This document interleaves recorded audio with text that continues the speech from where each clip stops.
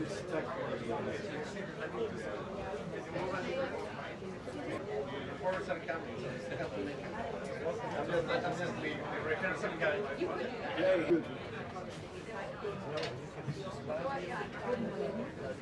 Hi there. For a few so my son's sitting on this chair, so you're better with the person there.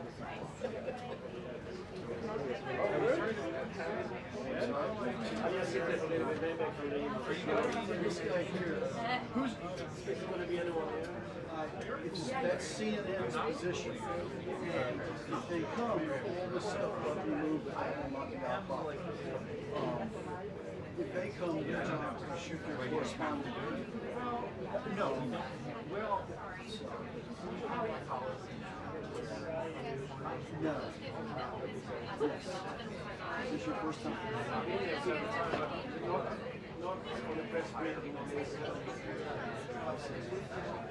It's been like this for 7 months.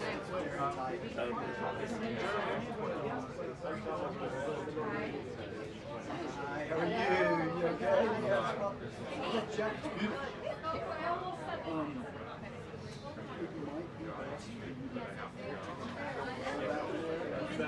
The logo is marked on the wires. But there's usually a second row that you can work turns that head on. It's much better. I would suggest that.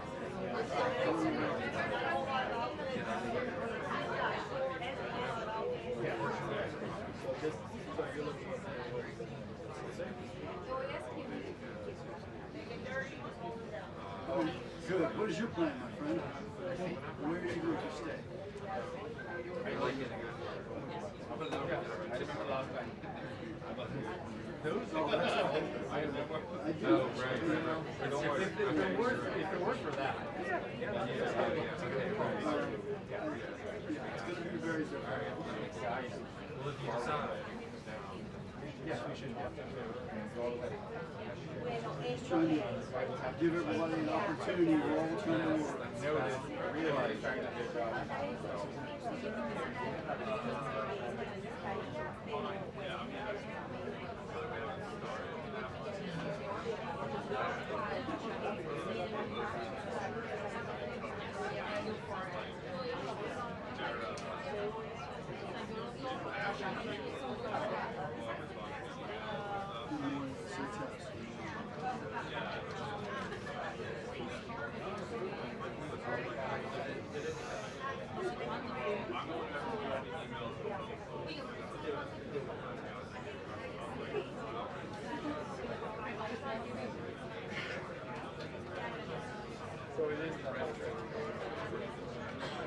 Hey, Victor, who's cool today?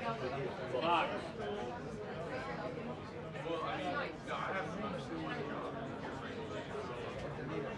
Put that on silent too. Ah, lo tienes. ¿Me oyes? Perdón, te escuchaba. Sí, sí, ya lo tienes. Sí, ya lo tienes. Chao. Hola. Hola, hola. No, imposible. No puedo. No puedo salir. No puedo salir.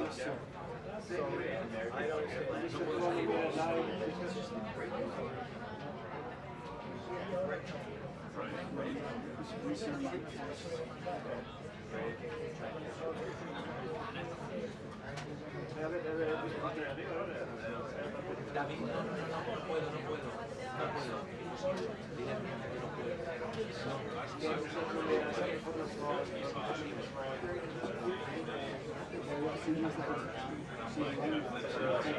Porque yo estoy en la sala de prensa para la sala de Carlos.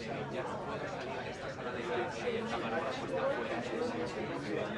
Hasta que no acabe no puedo salir. Hasta que no acabe la lista no puedo salir.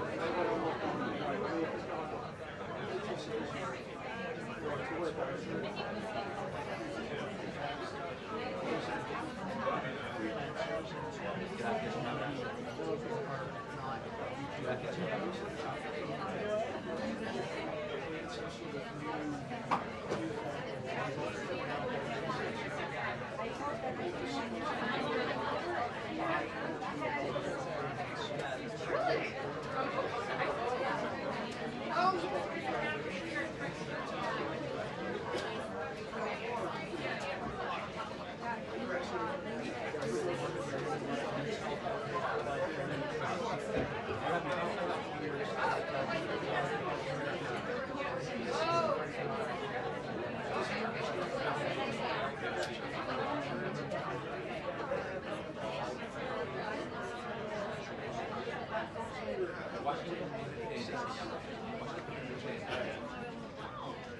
You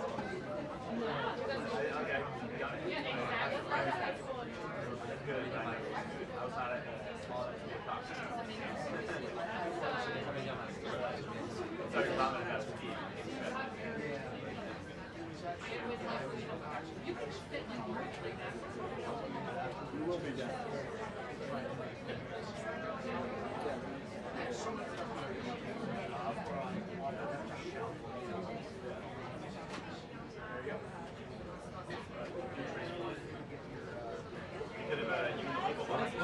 Es que no encuentra Paola un besito que rodea hace como 20 minutos, no encuentra.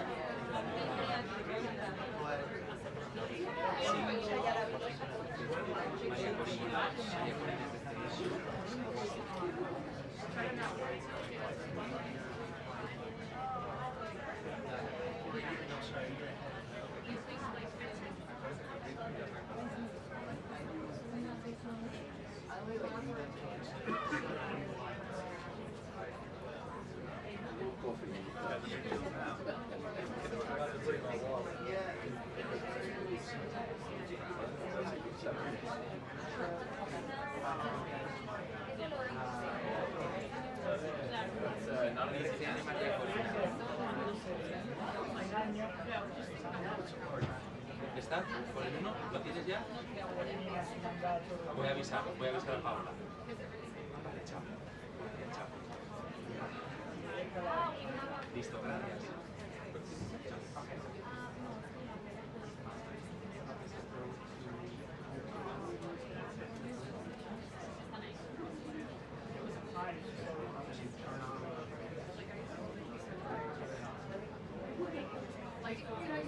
Hola, mi Pau. Mira, así eso. ¡Socorro! ¡Qué susto! Casi. Gracias, vale, perfecto. Está bien, ¿no? Vale, pues sí. Chao, gracias. Vale, gracias, chao, chao.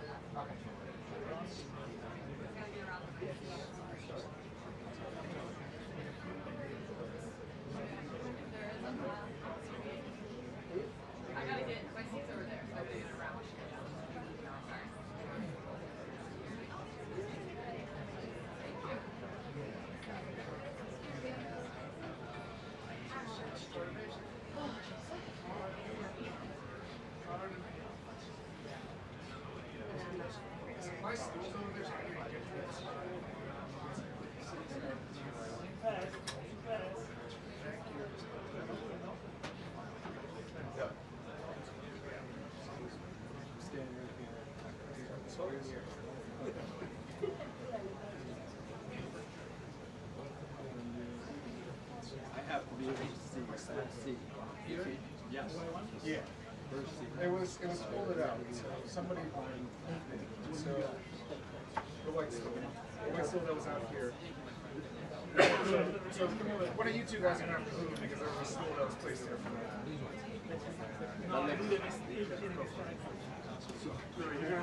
Yeah. Yeah, it should be. No, you're good. I'm moving.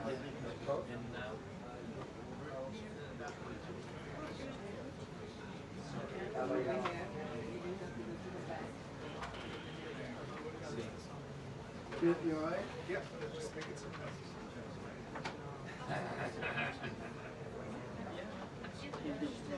Yeah. Watch the cup of coffee that somebody left. That's a great idea. Keep back here.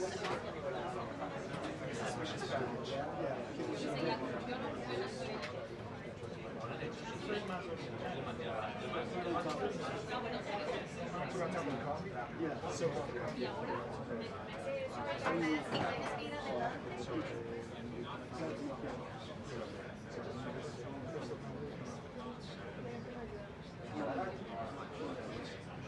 Put your hand on. No. Put your hand.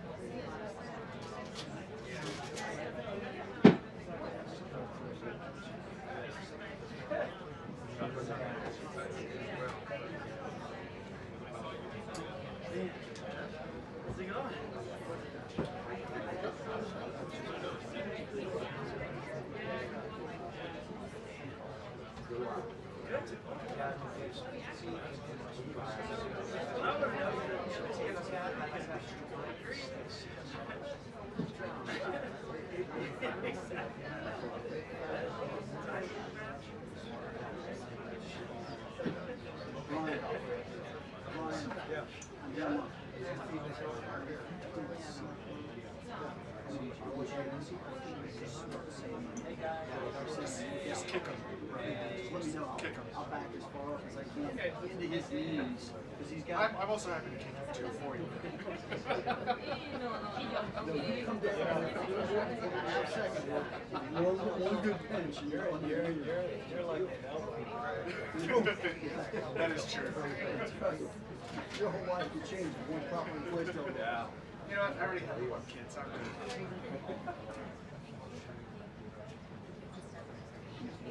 Put your hand on my shoulder. Thank you. Got it. Thank you.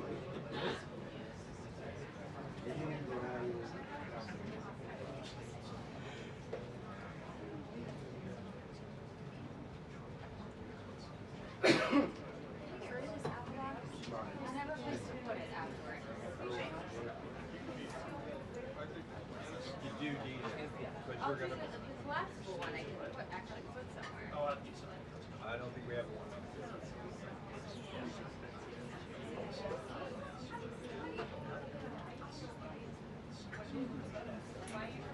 Yeah, I mean, if there's time, Jackie, you can slide it this way. And I'll grab it. Stick it over there. I'll grab it. Okay. Thank you. Let me know. Thanks.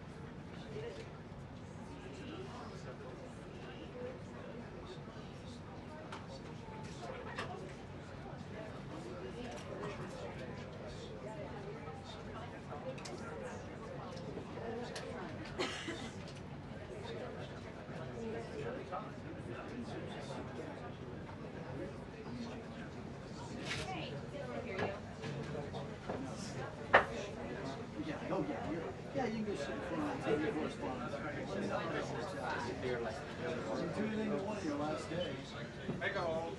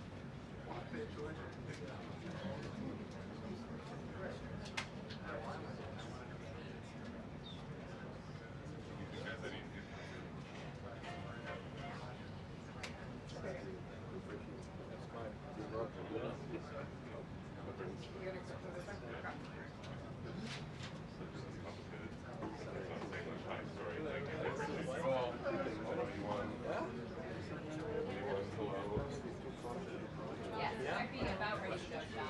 And this morning, the president's scheduled to met with the Venezuelan opposition leader about a half hour ago.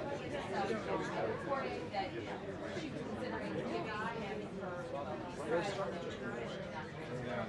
obviously but in this part of her efforts to maybe follow up in Venezuela some future government, that conversation would be very interesting to hear and read out hopefully on that front. But Iran is really the hot ticket at the moment. You have U.S. military personnel being moved to bases in the Middle East as Iran had threatened to retaliate against American bases if the president followed through on his promise to intervene if Iran killed protesters in a violent crackdown. Now, we heard the president last night say that he had received some messages from the Iranians that killing was stopped and knows that bombing happening. It's a little bit unclear how that message got to him, what made him believe that the killing had stopped and that it was happening. We didn't hear the same message echoed on the press report last night from the Iranian foreign minister there.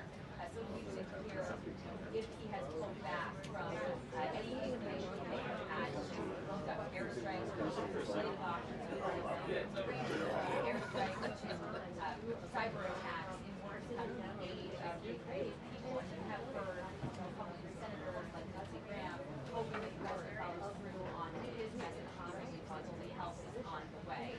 So those are the two big issues this morning. Of course, also you had the threats to both the Insurrection Act and law enforcement in Minnesota don't cooperate and allow ICE to do their job there. As you know, reporters this morning said that he didn't discuss the Insurrection Act with the president. He didn't say he recommended it to him, but it is among the good options he had under the Constitution.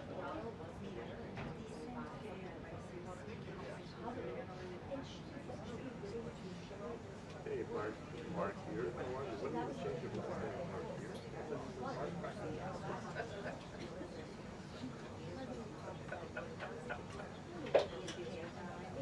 Yes, welcome for the house. Sure, right? That's it. Jackie? Have with the correspondent like one. So they come with us. Thank you, Martin. Bye, man.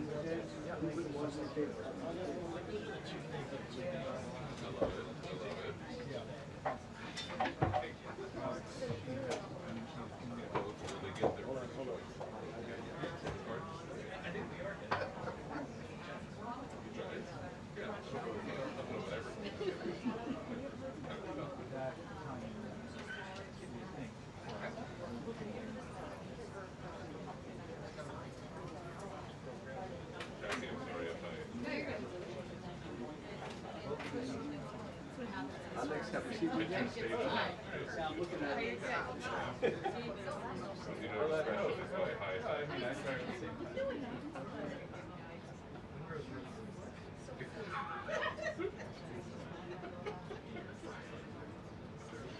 Yes, sir.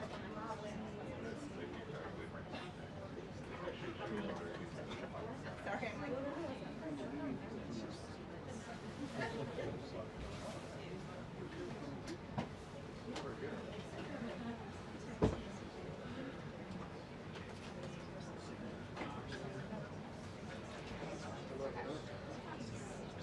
You did? I told you, I sent it.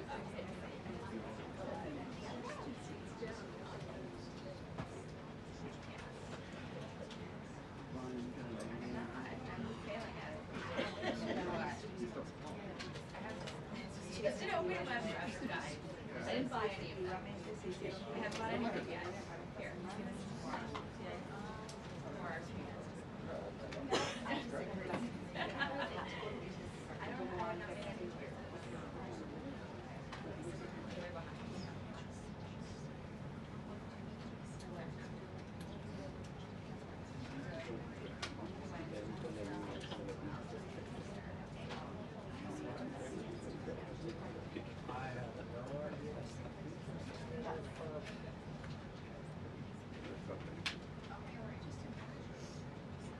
Teddy. This is the fun. Matches is the best fun. See the whole circus. The whole cage is full of monkeys.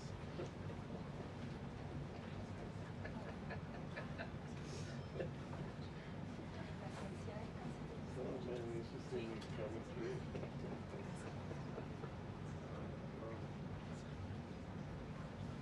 Yeah, already, the other thing that not normally do is community, but I already did one line. Just to make sure they see me what I have for, and that's it. The next, and then we call for 2 minutes.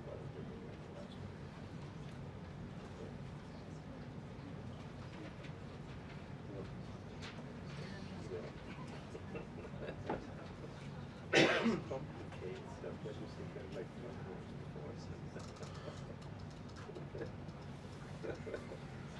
other things, they can wait to the side.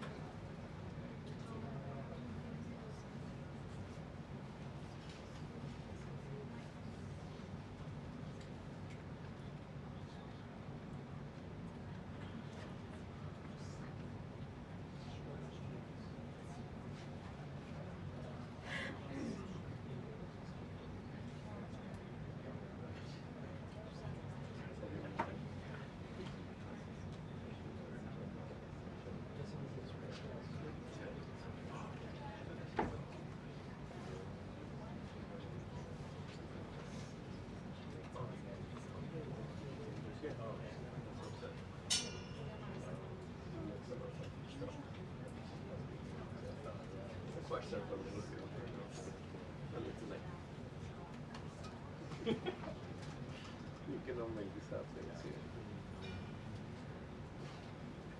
2 minutes until the briefing. 2 minutes until the briefing.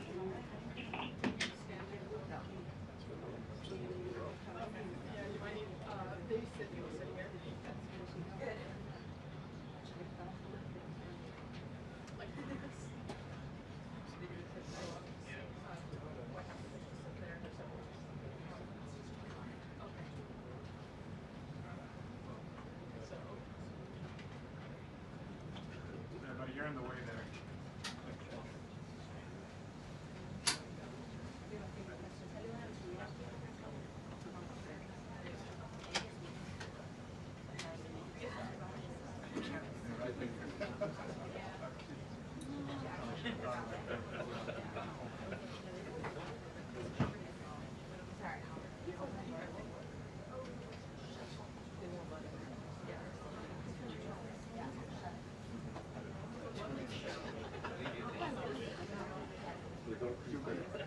Close the door, please.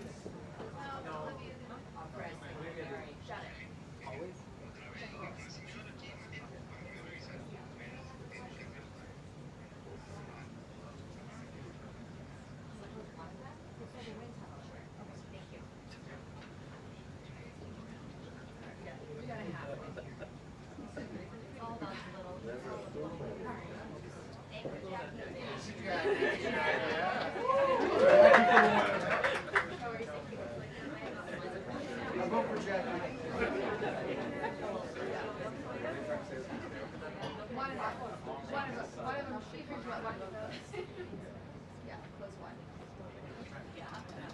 We'll take the small wins. We need.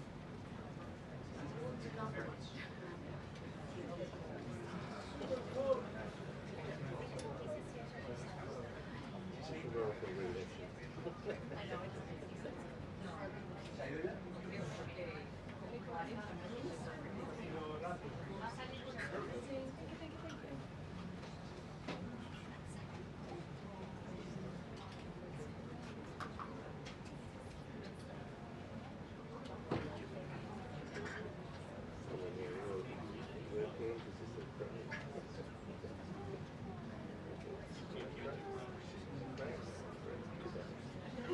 Thank you.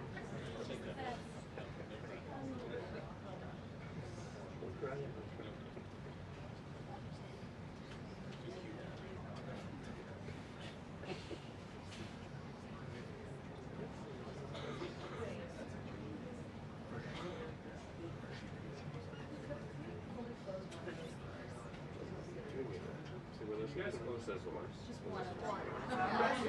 Just fully shut one door. That was the agreement. Right, we agreed with her just now though, that we would close one. They are not closing. They're refusing to close. The doors? The doors, yes. I Push it. requested personally. They're Just shove it.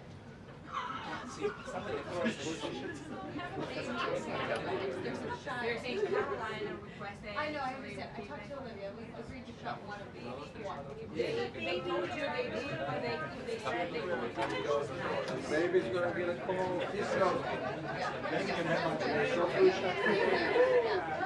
Perfect, thank you. That's good. Save the baby. Una cosa, si sale un vídeo,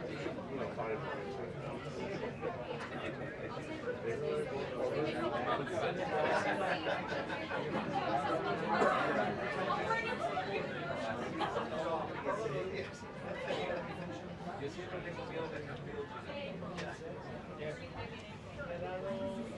que pase me quedo.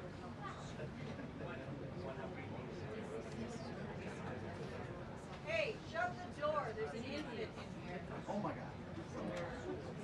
Who let the baby?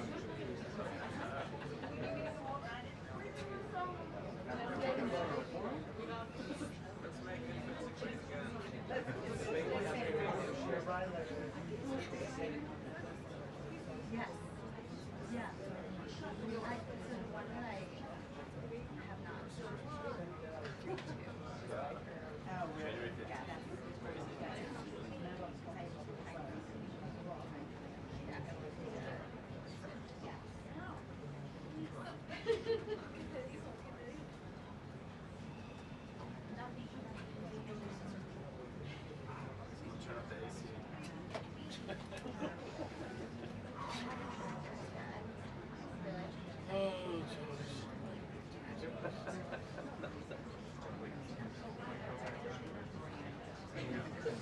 I know, I love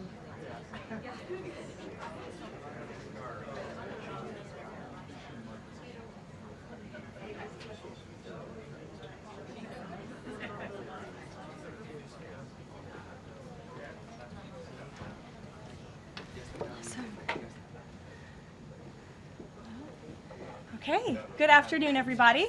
A packed room today. Thank you all for coming. President Trump is making America affordable again through his proven economic formula of powerful tariffs, fair trade deals, massive middle-class tax cuts, energy dominance, and aggressive deregulation. The overwhelmingly positive economic data released this week underscores the significant progress the president has already delivered. Tuesday's CPI report marked the latest confirmation that President Trump has defeated Joe Biden's inflation crisis.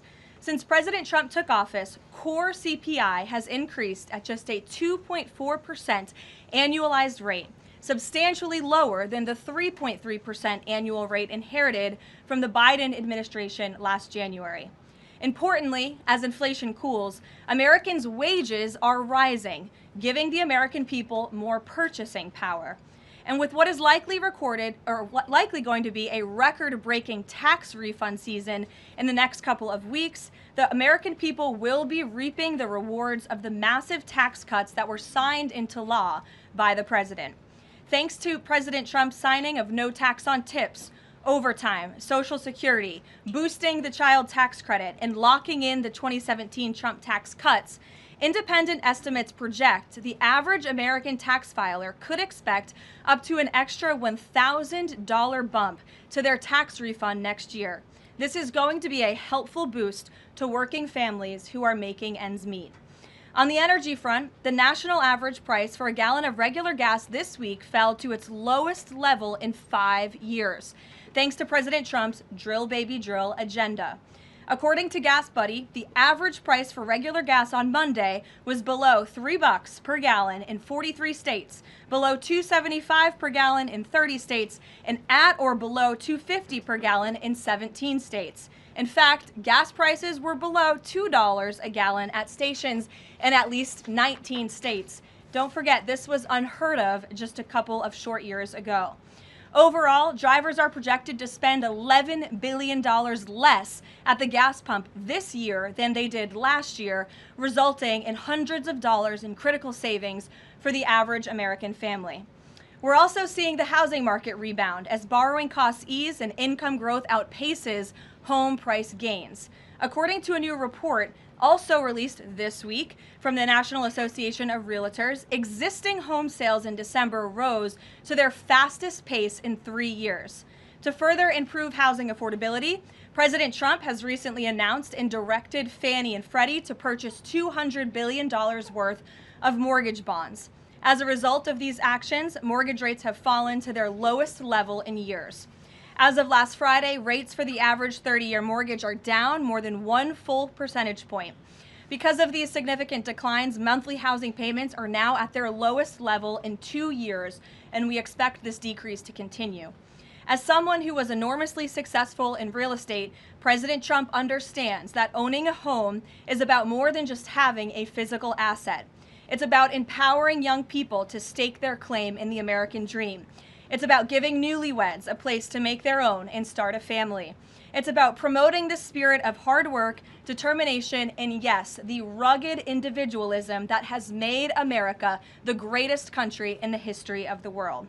President Trump knows America is strongest when it's a nation of owners, not renters, and he is determined to unlock that opportunity for as many Americans as possible. That's why he will outline additional housing initiatives during his major speech in Davos next week, and we look forward to seeing many of you there.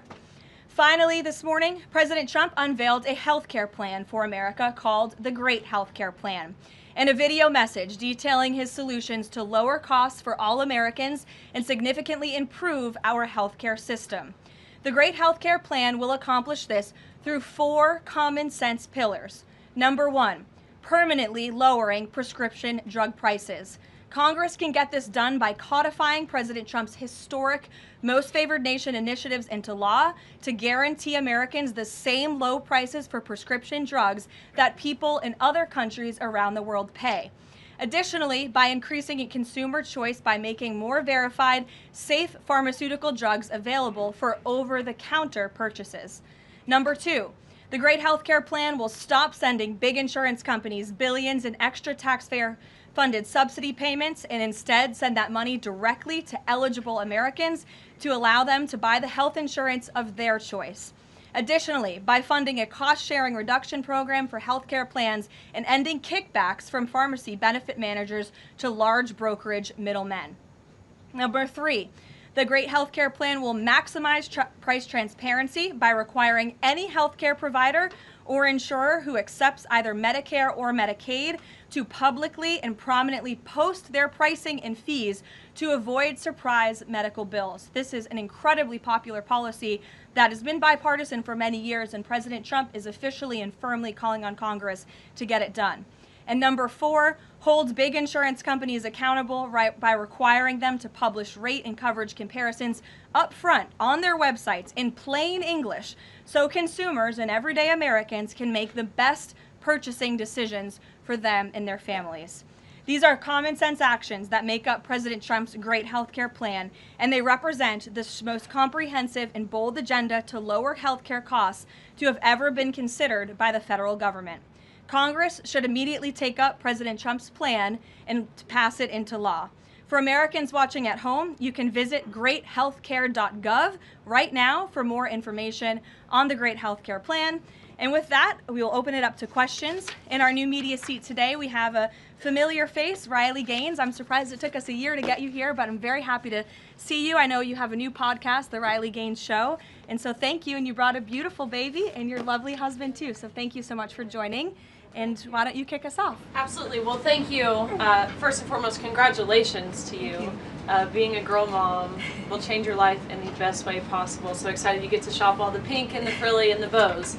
I was in Washington, D.C. earlier this week for the Supreme Court case. There were 2 arguments that were heard surrounding sex-based rights and if it's constitutional for states to pass laws that ultimately protect those rights for women. If the Supreme Court rules as anticipated in favor of maintaining these sex-based rights, Is the administration prepared to take action against the states? I believe at this point it's 23 states that don't have those protections for women? Absolutely. And as you know, Riley, the administration already has done so. We've taken action in a number of fronts against these states who are failing to uphold the president's executive orders in this administration's policy of simply protecting women in women's sports and in women's private spaces. We've gone to the mat with large universities in this country as well to try to fight for what's fair and what's just for women and girls across the country. So I know you were at the arguments. I listened to them myself as a woman and as a former athlete, and I think the president speaks on common sense on this issue, that women's sports and private spaces should be protected, and that there are two genders, there are two sexes. That is not something we should be afraid to say in this country. And I think, frankly, it was quite alarming to not only hear a couple of justices gravel over that basic fundamental biological fact that men and women are different but inherently equal, but we are certainly different and women deserve such rights. We hope and expect that the Supreme Court will rule in the right way on this matter. Thank you. Gabe. Carolyn, thank you very much. A lot to talk about. Sure. Isn't there always a lot to talk about? What can you share about the president's meeting with Maria Corina Machado? Is it underway? What can you share about that? And then also, the president said yesterday that Delcy Rodriguez was, quote, a terrific person. Does the president trust the remaining members of the Maduro regime? I will say, to your first question, the meeting was about to begin as I was stepping out of the Oval Office moments ago, so my understanding is that it's underway right now.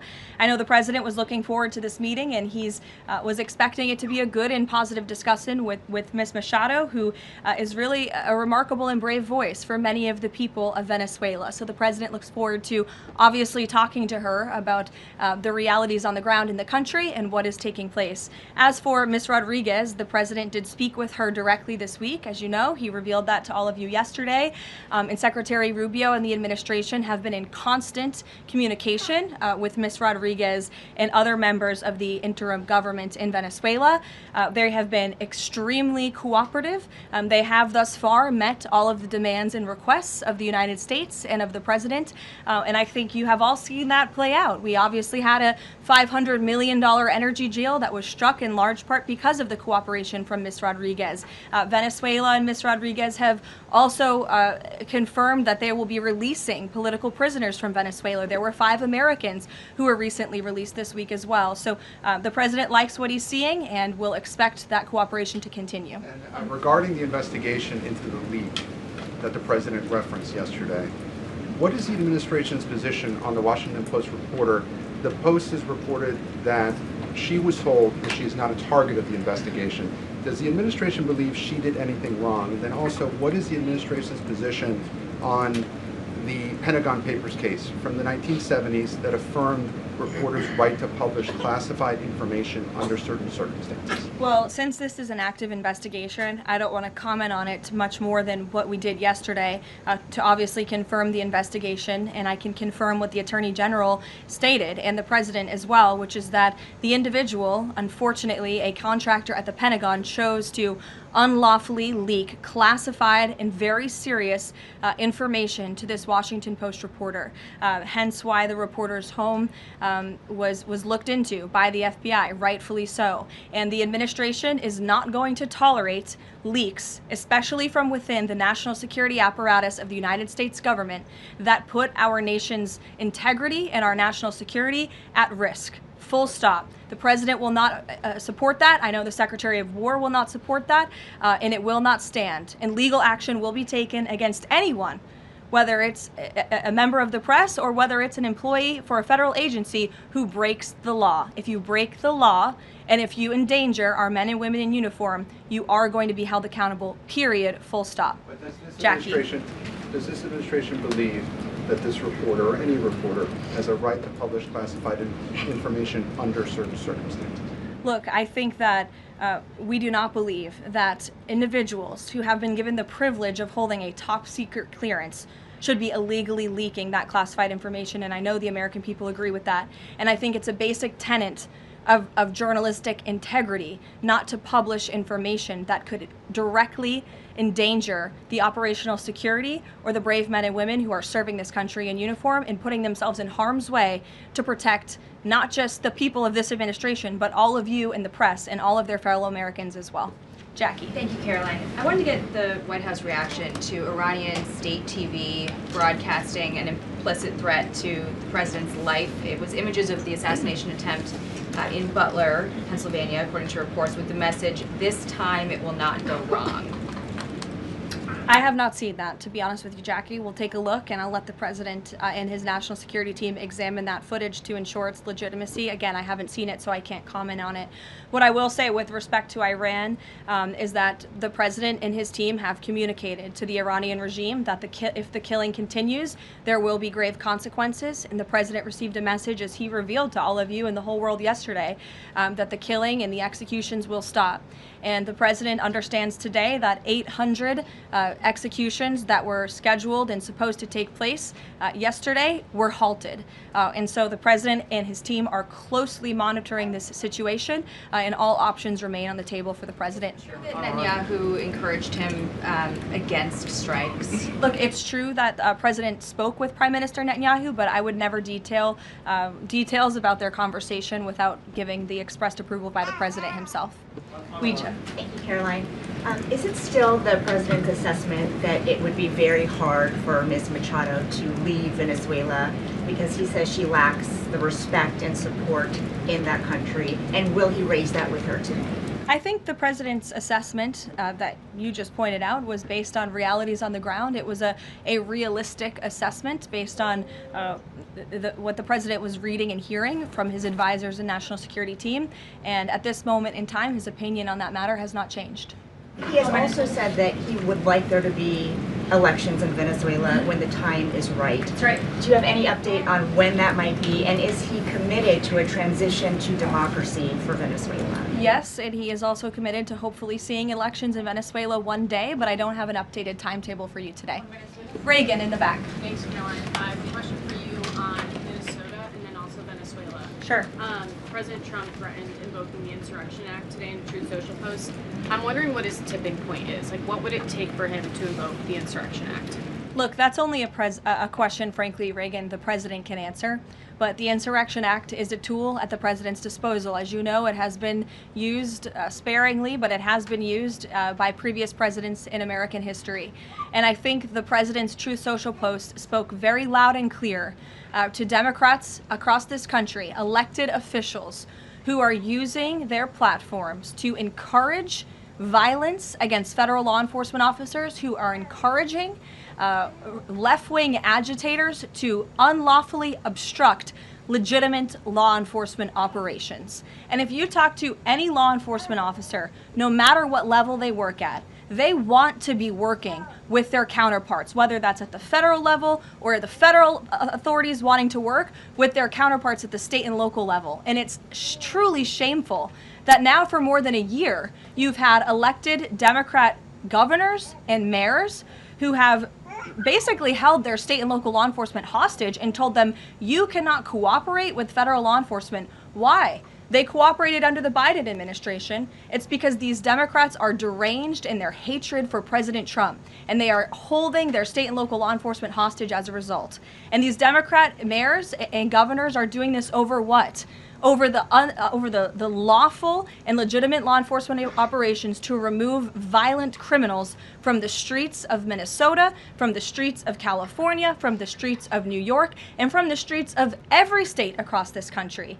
And you don't see these riots and this vandalism taking place in states like Florida. Why? Because you have a governor in that state who has empowered federal and local authorities to work together. And it's despicable what we're seeing from these Democrat politicians, especially in sanctuary states and cities across the country.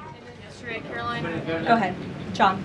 Oh, thank you so much. My question is, President Trump has talked twice in recent days, once at the Kennedy Center and then to Reuters again last night about canceling the election. Why is he talking about this? I believe you're referring to the president's interview at Reuters last night.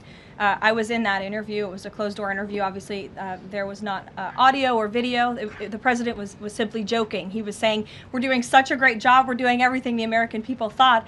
Maybe we should just keep rolling. But he was speaking facetiously. And then one more. Sure. On the labor secretary. She's under investigation. Has he spoken to her about this? I don't know if the president has spoken directly to the secretary. If they have, I'm unfamiliar with that conversation, but I have spoken to the president about that report regarding the secretary. He's aware of the internal investigation and he stands by the secretary, and he thinks that she's doing a tremendous job at the Department of Labor on behalf of American workers. PBS, go ahead. You were mentioning a moment ago about working federal, state, local officials in Minneapolis. Governor Walz's office is saying today that he's trying to get a hold directly with the president. Have they spoken? And if they haven't, why haven't they spoken if there's a desire from Walz, as they're saying, to de-escalate what's happening there? I'm not sure if that's a genuine offer to speak with the president. I was with the president about 30 minutes ago and they hadn't spoken at that point. Look, the president is always willing to answer the phone when people pick up and call. When there was another tragic shooting many months ago in Governor Walz's state, he spoke directly with the governor. But I would ask that the governor stops inciting the harassment and illegal obstruction of law enforcement in his state. All ICE and federal law enforcement are trying to do are remove people like this off of the streets of Governor Walz's city in Minneapolis and of his state in Minnesota. If you look at some of the individuals in this photo, these are all illegal alien criminals who came into our country under the previous administration. This is some of the most disturbing crimes you will ever read about, and there's only a few reporters in this room who will actually talk about these individuals. This is all ICE is trying to do. They are trying to remove people like this from Governor Walz's state. And so yes, he should pick up the phone and he should say that he will cooperate with this president and with the federal government in making Minnesota safer, because that's all President Trump and his administration want to do. Mary. Thanks, Caroline. The president says he wants money to go directly to Americans so they can buy their own insurance. How exactly would this work? And can the president assure Americans that this will be enough to cover their health care costs? So this is the second principle in the president's health care plan, lowering insurance premiums specifically and ensuring that that money is going directly back to the American people and cutting the kickbacks that then raise those premiums. So this plan, once put into legislative text and passed by Congress and sent to the president's desk, will stop sending big insurance companies billions of an extra taxpayer-funded subsidy payments and instead send that money directly to eligible Americans to allow them to buy the health insurance of their choice through, you may have heard it be referred to as health savings accounts. Whether that ends up being the actual name of such accounts, we'll have to see. Again, Congress and the White House are going to work together to put this plan into action.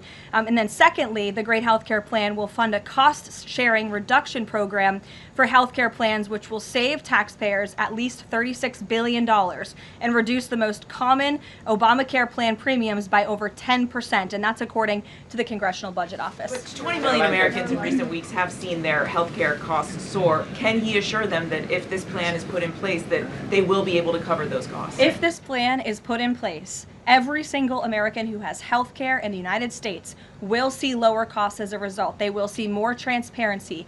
All of these proposals that are within the Great Healthcare Plan are incredibly popular with the American people, and they will impact everyone, not just a small fraction of those who are within the healthcare marketplace, but every single American will continue to see their costs go down. And I will note that they already are with respect to prescription drug prices. When you look at what the president has done with most favored nations, you've seen these big pharmaceutical companies in the Oval Office saying that this president and his team were nonstop, around the clock, pressuring us and negotiating with us to lower the cost of prescription drugs for Americans. And we are already seeing that to the tune, in some cases, of more than 500%. And that Trump RX website is something that the administration will be formally launching very soon, so Americans will have access to those lower costs of drugs. Josh. Thank you. The president has called on credit card companies to lower the cap rate to 10% effective the 20th next week. If they don't do that, what's his...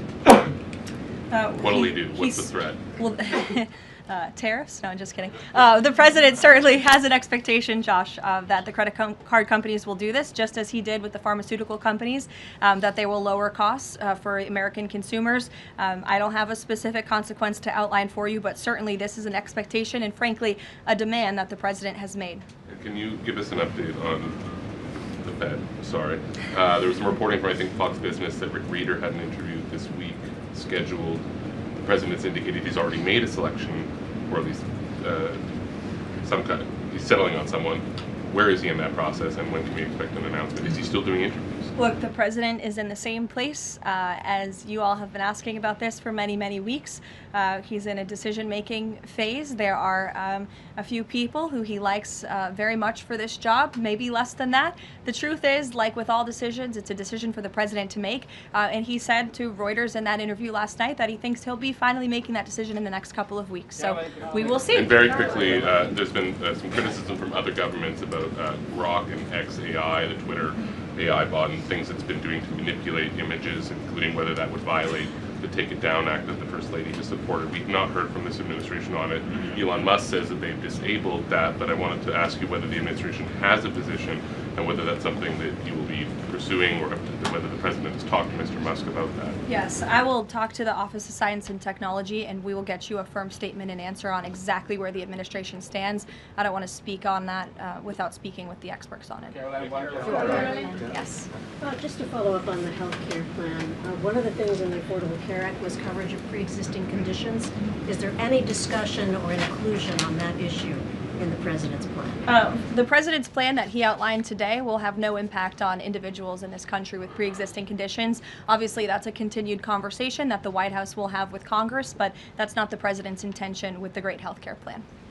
Caroline. Go ahead. Thanks, Caroline. Two questions on Minneapolis. And then you. Go ahead. Thanks. Two questions on Minneapolis, one on the ICE agent, the other on the rioting. I believe last night there were protesters or rioters that rifled through an FBI car, took weapons. We had a reporter embedded with ICE who said that she saw constant harassment all evening. Can you speak to the rhetoric we're hearing from Democrat politicians, whether they are causing violence against ICE, as well as some of the headlines we've seen not including the full story? Yeah, I mean, to your first point, I think I've addressed that these Democrat governors and mayors in not just Minnesota, but in states across the country are essentially, they've referred to ICE agents who, again, are brave men and women. And I would encourage everyone in this room, and I would encourage Governor Walz and other Democrats who are demeaning law enforcement to sit down and have a cup of coffee with an ICE agent or a Border Patrol agent. These are great, patriotic men and women who have families, who put on the uniform every day and are following our nation's immigration laws at the direction of their bosses and again, at the direction of the law. They are simply trying to enforce the law. And the Democrat Party has demeaned these individuals. They've even referred to them as Nazis and as the Gestapo. And that is absolutely leading to the violence we're seeing in the streets. If you look at some of the images out of Minneapolis last night, look at this vehicle. Look at what it says. It says F ICE. You have these individuals who are putting their middle finger, proudly so, at the camera. Another ICE individual, a vehicle that was vandalized last night by these left-wing agitators. People don't do this without encouragement from people in power who make them feel like it's okay. Here's another one.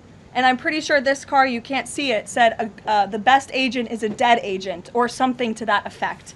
This is despicable rhetoric that we're seeing, and the media is absolutely complicit in this violence, because if you look at the headline from CNN, protests erupt after federal agent shoots man in Minneapolis, that is not the story, that is not the truth. If you actually want to know the truth, you can look at what the Department of Homeland Security released, which is that this ICE agent was executing a targeted operation against a Venezuelan illegal alien who was unlawfully present in the country, who fled by car and then fled by foot. And when this ICE agent tried to detain the individual, 3 more of his comrades came rushing out of a house and started ambushing and attacking the ICE agent. They used a shovel or a broom to smash his face in. And so yes, that agent had to use self-defense and take up his weapon to protect his own life. That is what's happening on the streets of Minneapolis. That's what's happening on the streets, unfortunately, of these Democrat-run cities and states where you have elected officials who are encouraging such violence against our brave men and women in law enforcement. Thank you, Caroline. Two questions. First, a follow-up on one of my colleagues who asked you about the president's interview with Reuters. You said that he was joking about canceling the elections, but Americans for generations have fought and died for democracy, for this democracy. Are you saying that the president finds the idea of canceling elections funny? Andrew, were you in the room? No, you weren't. I was in the room. I heard the conversation, and only someone like you would take that so seriously and pose it as a question in that way. Second, Philip, go ahead. Thank you, Caroline. Senator Elizabeth Warren said that the president called her earlier this week to discuss caps on credit card interest rates. I'm curious, would the president work with her and other Democrats in Congress on a legislative fix to this issue? I think the president would work in good faith with anyone in Congress for a good legislative fix that would benefit the American people. And that's precisely why he called Senator Warren earlier this week on that matter. Thanks, Caroline. Earlier, you were just defending ICE agents generally, and earlier on, Secretary Noem spoke to the media, and she said, among other things, that they are doing everything correctly. 32 people died in ICE custody last year. 170 US citizens were detained by ICE, and Renee Good was shot in the head and killed by an ICE agent. How does that equate to them doing everything correctly? Why was Renee Good unfortunately and tragically killed? Are you asking me my opinion? Because an ICE agent acted recklessly and killed her unjustifiably. Oh, okay. So you're a biased reporter with a left-wing opinion. What do you want me to do? Yeah, because you're a left-wing hack. You're not a reporter. You're posing in this room as a journalist, and it's so clear by the premise of your question. And you and the people in the media who have such biases but fake like you're a journalist, you shouldn't even be sitting in that seat.